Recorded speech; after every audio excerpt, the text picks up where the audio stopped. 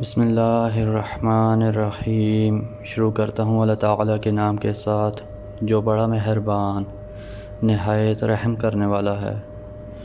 مغیرہ بن شعبہ رضی اللہ عنہ سے روایت ہے کہ معاویہ رضی اللہ عنہ نے انہیں لکھا کہ رسول اللہ صلی اللہ علیہ وآلہ وسلم جب نماز سے سلام پھیرتے تو کیا پڑھتے تھے؟ اس پر مغیرہ نے معاویہ کو لکھوا کے بھیجا۔ اس میں تھا رسول اللہ صلی اللہ علیہ وآلہ وسلم لا الہ الا اللہ وحدہ لا شریک لہ لہ الملک ولہ الحمد وہو علی کل شیء قدیر اللہم لا مانع لما اعطیت ولا معطی لما منعت ولا ينفع ذا الجد منک الجد۔ ترجمہ: کوئی معبود برحق نہیں سوائے اللہ کے، وہ اکیلا ہے، اس کا کوئی شریک نہیں، اسی کے لیے بادشاہت ہے، اسی کے لیے حمد ہے، وہ ہر چیز پر قادر ہے۔ اے اللہ، جو تو دے اسے کوئی روک نہیں سکتا، اور جو تو روک دے اسے کوئی دے نہیں سکتا، اور مالدار کو اس کی مالداری نفع نہیں دے سکتی۔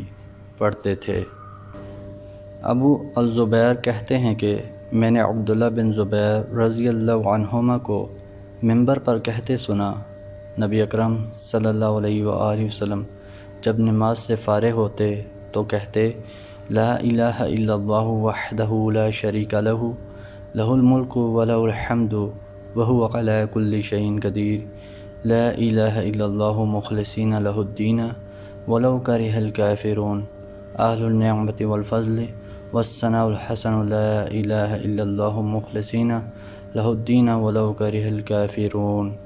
اللہ کے سوا کوئی معبود برحق نہیں، وہ اکیلا ہے، اس کا کوئی شریک نہیں، اسی کے لیے بادشاہت ہے، اسی کے لیے حمد ہے، وہ ہر چیز پر قادر ہے۔ کوئی معبود برحق نہیں سوائے اللہ کے، ہم خالص اسی کی عبادت کرتے ہیں، اگرچہ کافر برا سمجھیں۔ وہ احسان، فضل اور اچھی تعریف کا مستحق ہے۔ کوئی معبود برحق نہیں سوائے اللہ کے، ہم خالص اسی کی عبادت کرتے ہیں، اگرچہ کافر برا سمجھیں۔ سلیمان بن عمرو بن احوص کہتے ہیں کہ مجھ سے میرے والد نے بیان کیا کہ وہ حجۃ الوداع میں رسول اللہ صلی اللہ علیہ وآلہ وسلم کے ساتھ شریک ہوئے۔ آپ نے اللہ کی حمد و ثنا بیان کی اور لوگوں کو نصیحت کی اور انہیں سمجھایا۔ پھر راوی نے اس حدیث میں ایک قصے کا ذکر کیا، اس میں یہ بھی ہے کہ آپ نے فرمایا سنو، عورتوں کے ساتھ خیر خواہی کرو، اس لیے کہ وہ تمہارے پاس قیدی ہیں، تم اس یعنی ہم بستری اور اپنی عصمت اور اپنے مال کی امانت وغیرہ کے علاوہ اور کچھ اختیار نہیں رکھتے، اور جب وہ اپنا فرض ادا کرتی ہوں تو پھر ان کے ساتھ بدسلوکی کا جواز کیا ہے؟ ہاں، اگر وہ کسی کھلی ہوئی بے حیائی کا ارتکاب کریں تو پھر تمہیں انہیں سزا دینے کا ہے، پس اگر وہ ایسا کریں تو انہیں بستروں سے علیحدہ چھوڑ دو اور انہیں مارو، لیکن اذیت ناک مار نہ ہو۔ اس کے بعد اگر وہ تمہاری مطیع ہو جائیں تو پھر انہیں سزا دینے کا کوئی اور بہانہ نہ تلاش کرو۔ سنو، جس طرح تمہارا تمہاری بیویوں پر حق ہے، اسی طرح تم پر تمہاری بیویوں کا بھی حق ہے۔ تمہارا حق تمہاری بیویوں پر یہ ہے کہ وہ تمہارے بستر پر ایسے لوگوں کو نہ روندنے دیں جنہیں تم ناپسند کرتے ہو، اور تمہارے گھر میں ایسے لوگوں کو آنے کی اجازت نہ دیں جنہیں تم اچھا نہیں سمجھتے۔